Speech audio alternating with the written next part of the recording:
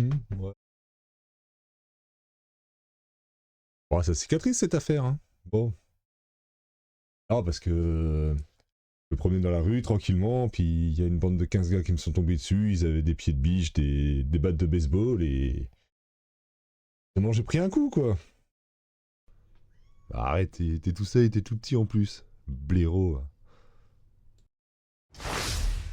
On va parler du concours Manga Draft. Alors, je vais me caler.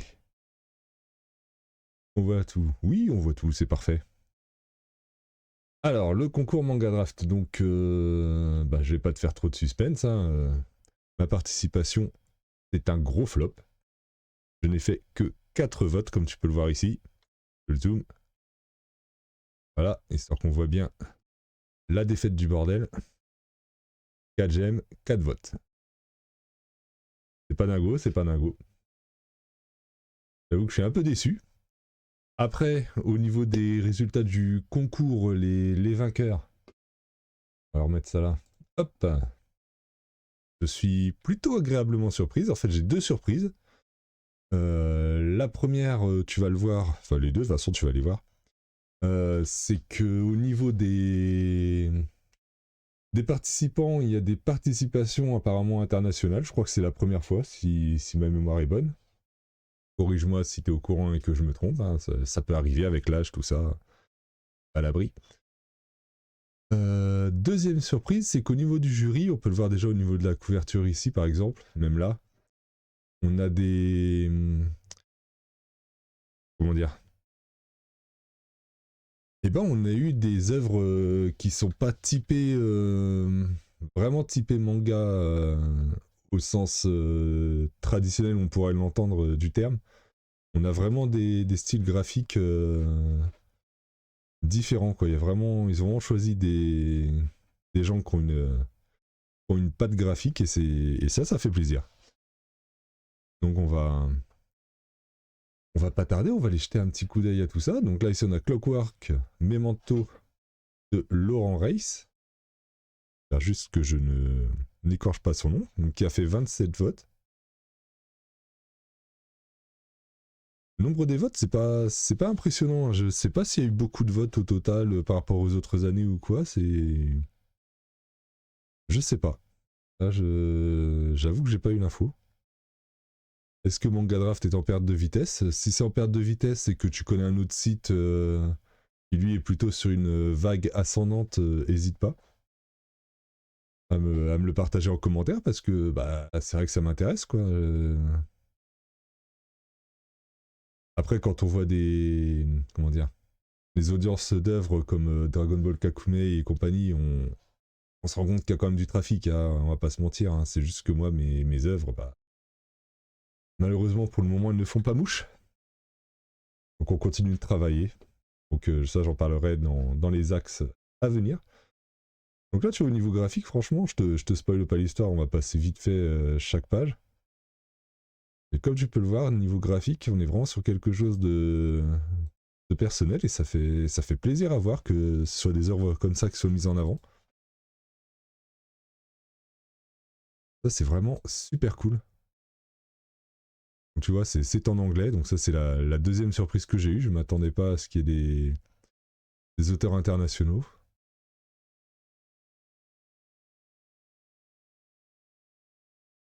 Ah, c'est cool, hein, franchement. Visuellement, il n'y a rien à dire.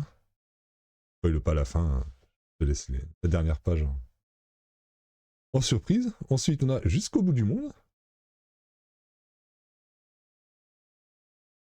Par Neyu. Qui se lit dans le sens japonais. On est un peu plus traditionnel que la première œuvre, mais il y a toujours une patte vraiment.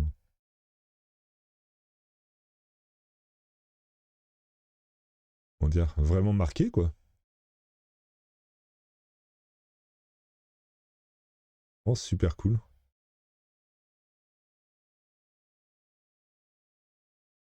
Là que tu te rends compte que même dans le manga amateur, le niveau est super balèze, quoi.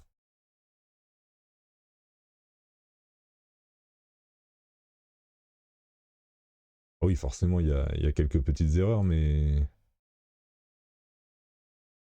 Est-ce que je suis bien placé pour parler des erreurs? J'en fais encore beaucoup plus que ça. Vraiment de superbes œuvres, quoi. Ça me permettra de parler des axes de mes axes d'amélioration. Là, pareil, hein, on est sur un style un peu plus rigide, je trouve. Notamment ici, là, je trouve ça un peu dommage, mais dans l'ensemble, c'est...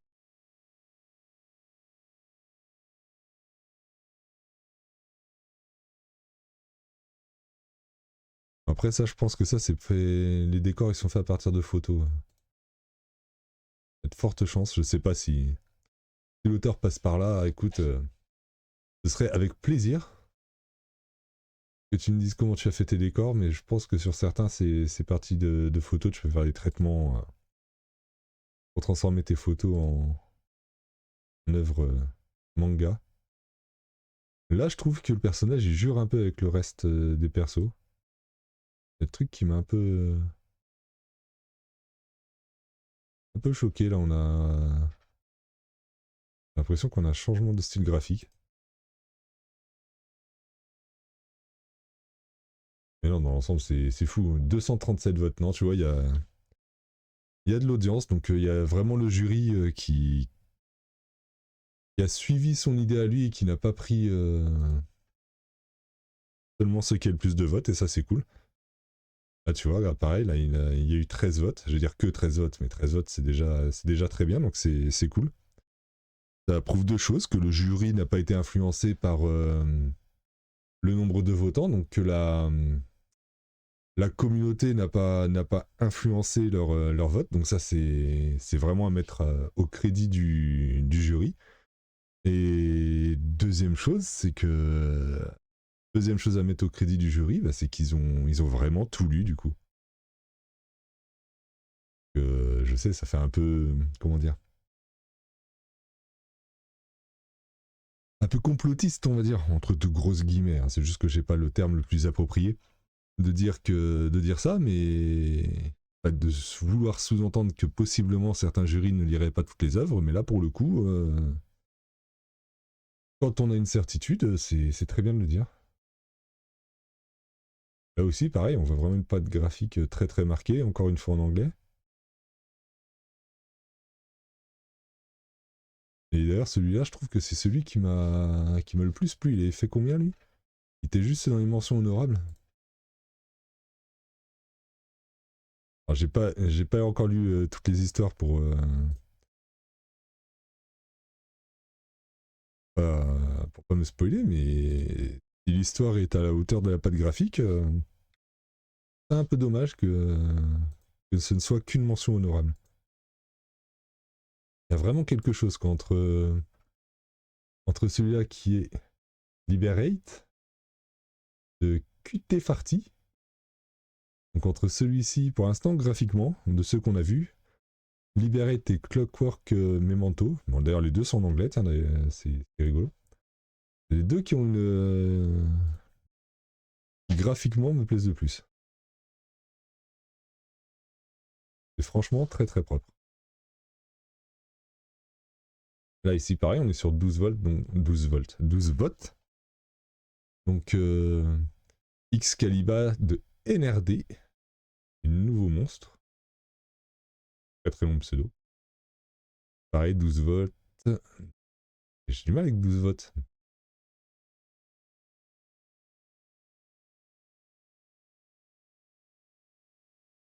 On est sur un style un peu plus traditionnel manga. Ça fait penser un peu au manga des années 90. De cette vibe à l'ancienne. C'est vachement sympa. J'aime beaucoup les poses des personnages. Je trouve que le découpage est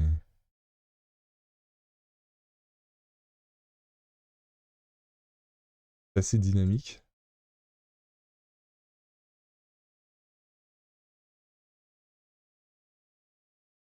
Bon, vraiment cool. On voit cette planche-là, elle est superbe. J'aime bien le style. Vraiment, il y a vraiment du style incroyable au niveau des vainqueurs. Là, on a Jack Doe. Pareil, 21 votes, hein, c'est pas énorme au niveau des votes du public. Hein, comme quoi, encore une fois, le jury... chapeau le jury. Je sais plus qui était le jury d'ailleurs là-dessus.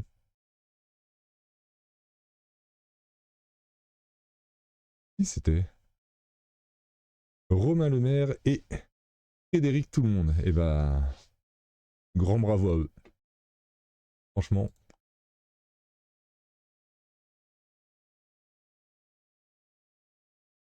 Là, pareil, on est sur du propre. Il y a un style un peu plus traditionnel au niveau manga. J'aime beaucoup l'homme pigeon. Enfin, avec un masque de pigeon, apparemment, plutôt.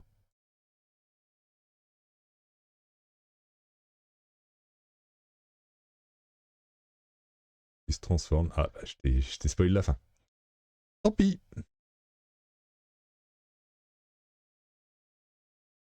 Bah, pareil, 8 votes. Hein, comme quoi, les votes du public.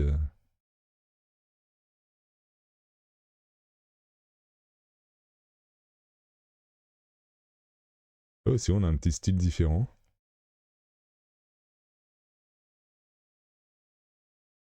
Vraiment cool.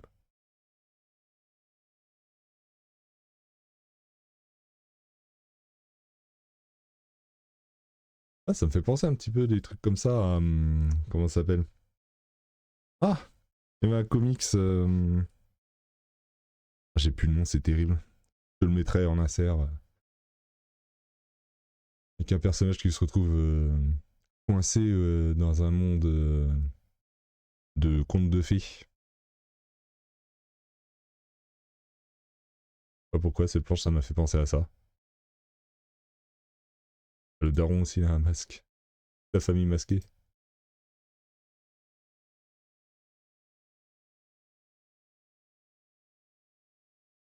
Ah, il y a des... C'était Fairy Tail ou un truc comme ça. I hate Fairy Tail. Oh, je sais plus. Je te mettrai en insert. Là, ici, on est sur 36 votes. Il y a plus de votes. Donc, Will Legrand par Adwin. On a l'air d'être sur un style manga un peu plus tradi. Quand j'ai un peu plus tradi, c'est pas un mal. Hein. La trame de la hachure.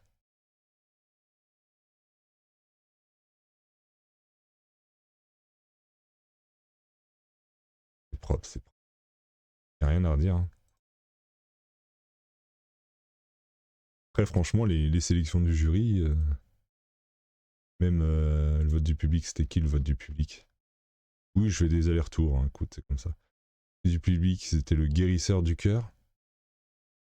Pour le coup, le guérisseur, graphiquement, c'était celui qui m'a le plus, le moins, comment dire, le moins plus des gagnants, le prix du public, donc comme quoi.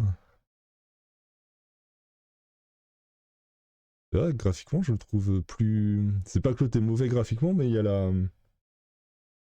la transition de style qui m'a un peu choqué sur l'autre. Là, ici, vraiment, c'est constant, c'est toujours super propre. Hein.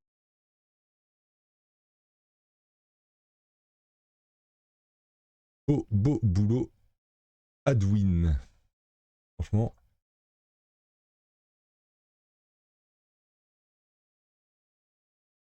Donc, on avait parlé des axes d'amélioration. Donc, je vais essayer de passer un petit peu la vitesse supérieure. Comme tu le sais, moi, je suis autodidacte. J'ai appris à dessiner via des vidéos YouTube, un peu comme toi, si t'es sur cette chaîne. Et aussi des bouquins, etc. Là, je vais essayer de passer un niveau un petit peu supérieur. Bon, ça rejoint un petit peu les vidéos YouTube, mais un peu plus, comment dire, c'est-à-dire qualitatif, puisqu'en vrai, sur YouTube, tu peux tout trouver. Mais plus axé sur ce que je souhaite faire. Donc j'ai fait les principes fondamentaux pour dessiner des personnages à partir de l'imagination de Tom Fox. Franchement, là c'est j'en ai fini 2 pour l'instant, tu vois. Alors, entre les deux, celle-ci elle est largement au-dessus pour moi. Très très largement.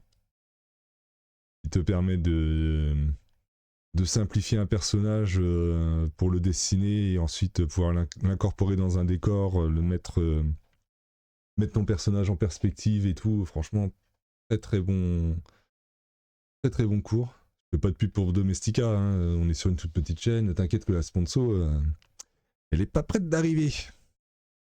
Donc je te fais pas de placement de produit, je gagne rien du tout à t'en parler. Très clairement, c'est juste que, bah voilà, en toute transparence, je te dis les axes d'amélioration pour l'année prochaine. Donc j'ai fait dessin de personnages avec du caractère, c'est du Cara Design, mais je suis un petit peu frustré par cette formation, c'est-à-dire que l'artiste en elle-même, elle est franchement très très forte, Magdalena Dianova, mais pas la sensation d'avoir appris grand-chose, malheureusement. C'est dommage, c'est dommage. Ensuite, là, il y a BD de manga, narration, rythme et composition. Alors, c'est en espagnol. Tu peux mettre... Il y a les voix en anglais aussi. Avec un accent espagnol, du coup. Oui, là, ici, c'est en anglais. Là aussi, elle parle en anglais. Et là, bah là, c'est anglais ou espagnol. T'as le choix. Et...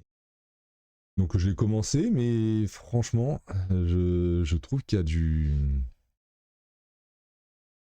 Il y a du potentiel là-dessus, là j'ai un exercice à faire, j'ai pas encore pris le temps de le faire. Oui, parce qu'en fait sur les formations, t'as aussi des exercices à faire que tu partages sur les forums. Bon, personne te les corrige, ça c'est con. Et c'est plutôt dommage. Mais au moins, ça te permet de pratiquer quelque chose.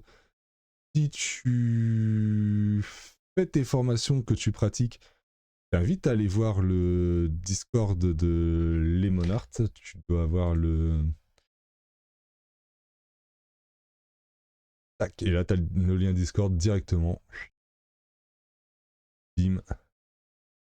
Et sur ce Discord là, t'as des artistes, t'as des apprentis artistes, donc des étudiants en école d'art, t'as des artistes pros, t'as des touristes comme moi. Et il y a moyen d'avoir des retours sur ce que tu fais. Il y a aussi des fois des défis. Il y a des studies 90 minutes qui sont proposés. Donc tu postes et puis tu peux avoir des retours. Tu peux aussi avoir des retours sur tes œuvres terminées qui n'ont absolument rien à voir avec les défis. Donc notamment là comment dire, les exercices des cours Domestika, je pense qu'il y a moyen d'avoir des retours dessus. Donc voilà quoi, et franchement ça fait progresser, hein. Moi je trouve que si j'étais resté dans mon coin, j'aurais progressé beaucoup moins que j'ai progressé actuellement. Donc voilà, n'hésite pas, que ce soit les Monarques ou une autre communauté, moi je te parle de celle-là parce que c'est là où je suis le plus, mais n'hésite pas à te trouver une communauté artistique où tu pourras partager, te faire corriger, ne prends pas mal les corrections. C'est pas non plus comme à l'époque Café Salé où tu te faisais déglinguer par des artistes professionnels et que tu postais un truc, tu disais que c'était de la merde. Hein. Bien. Là, on n'en est pas là. Donc BD de manga, narration, rythme et composition. Donc là, on est vraiment axé sur du manga. Je pense que c'est ce qui me manque le plus dans mes planches. Mes planches, elles sont assez plan-plan au final. Et bah, je pense que ça n'attire pas assez l'œil. Donc faut vraiment que je bosse sur le rythme et la composition de mes planches, de mon récit. Je suis scénariste de base, j'ai des idées mais j'ai du mal à les développer, donc il faudrait que je me trouve une formation là-dessus aussi. Donc là, ici, ça pour les personnages. Alors des personnages un peu mieux construits, même si bon, je pense que dans l'absolu, les miens ne sont pas non plus dégueulasses. Là, ici, mieux construire mes planches et mon storytelling au niveau du manga. J'ai aussi pris ces deux-là, donc l'art du sketching, transformer vos esquisses pardon, en œuvres d'art. Ça, bah, ça, je l'ai plus fait pour les réseaux sociaux, on va pas se mentir, hein. On va essayer d'avoir un petit peu de visibilité aussi au niveau des réseaux sociaux, notamment Instagram. Ça fera pas de mal. Donc je me dis s'il y a moyen de transformer ce que j'ai dans mes sketchbooks en truc Instagrammable, pourquoi pas. Et ensuite, urban sketching, exprimer votre univers sous une nouvelle perspective. Alors l'urban sketching, c'est quelque chose qui m'attire pas mal. J'ai pris un bouquin, je l'ai pas encore lu aussi sur l'urban sketching. Et en fait, c'est les gens qui vont dehors et qui font des croquis des rues, des bâtiments, etc. Pour le faire très simple. Et je me dis qu'au niveau du dessin des décors sur mes planches et tout, en plus de la perspective, c'est quelque chose qui peut être vraiment intéressant. Donc là, voilà, pour l'instant, je pars sur ces 5 cours-là. J'en ai d'autres en réserve que je peux regarder. J'ai aussi pris des cours de apprendre à dessiner de Pete. Donc le site apprendre à dessiner. Il y a aussi une chaîne YouTube. Donc pareil, il faut que je regarde. J'avais pris les bases du dessin. Donc il parle aussi pas mal de la perspective dans les bases du dessin, d'ailleurs. Donc quoi, la perspective, c'est vraiment fondamental. À côté de ça, je bosse aussi chaque jour. Je ferai une vidéo là-dessus sur des fondamentaux. C'est-à-dire que j'essaye de faire tourner des formes simples dans l'espace, donc des cubes, des cylindres, etc. Pour pouvoir construire mes personnages. Quand tu fais ton personnage, tu avais fait une vidéo il y a longtemps là-dessus. En fait, tu décomposes ton personnage en plusieurs formes simples. D'ailleurs, c'est aussi ce qui réexplique dans cette formation Tom Fox. Et donc, le fait de pouvoir tourner tes formes simples dans tous les sens dans l'espace de façon instinctive, ça va vraiment être un plus à ce niveau-là. Donc, j'essaie de développer cette compétence-là, de pouvoir bouger mes formes dans tous les sens. Donc ça, c'est le deuxième axe d'amélioration que j'ai pour cette année. Troisième chose... Là, dis donc. Non, pas troisième chose, toujours deuxième chose d'ailleurs. Il y a aussi un site qui a été fait autour de ça, c'est Drawbox. Donc je l'ai commencé. Alors Drawbox, je ne l'ai jamais terminé parce que, on va pas se mentir, c'est vraiment hyper chiant. Voilà, hein, c'est pas ce qu'il y a de plus intéressant à faire. C'est-à-dire que tu vas répéter des lignes, tu vas répéter des ellipses, tu vas répéter des boîtes. Pour le coup, des boîtes, c'est ce que je fais. Hein. Tu vas répéter toujours des formes simples, tu vois, essayer passer 2 points, mettre ta ligne entre ces 2 points. Enfin, c'est vraiment du tryhard sans fun, quoi. Mais je pense qu'il faut en passer par là. Donc là, moi, en fait, là, je me situerais plus au niveau d'ici, quoi. Ici ou là, je sais pas trop. Faudrait que je re-regarde d'ailleurs Dropbox pour voir où je me situerais. Je pense que je serais plus par là. Donc, on serait loin d'avoir terminé. Il faudrait que je regarde. Mais c'est intéressant, franchement, c'est intéressant à faire. Tu vois, t'as des challenges, En vrai, ça permet de simplifier pour faire tous tes dessins, pourquoi pas, franchement. Mais alors, si j'ai un conseil à te donner sur Drawbox, dit le mec qui ne l'a jamais terminé, ce serait de faire Drawbox, disons, 15-20 minutes par jour. Et derrière, de repartir sur un dessin plaisir. C'est-à-dire que te tryhard pas 1 heure, 2 heures, te bute pas là-dessus. Surtout si tu fais 1 heure ou 2 heures par semaine. Vaut mieux taper 10, 15, 20 minutes par jour sur tes fondamentaux. Moi, c'est ce que je fais sur mes boîtes. Hein. Je les fais tourner entre 10 et 20 minutes. Ça dépend du temps que j'ai. Je me mets une vidéo en fond. J'écoute ça et puis je fais mes petites boîtes. Ça passe très bien. Et derrière, je prends mon carnet de croquis et je fais un petit dessin en rapport avec l'actualité, que ce soit manga, ciné, etc. Je pense que tu as dû voir passer sur la chaîne en ce moment. Il n'y a pas beaucoup de vidéos format long, vu que je suis en train de... Pas format long, format autre que short, on va dire. Vu que je suis en train justement de bosser ces fondamentaux-là.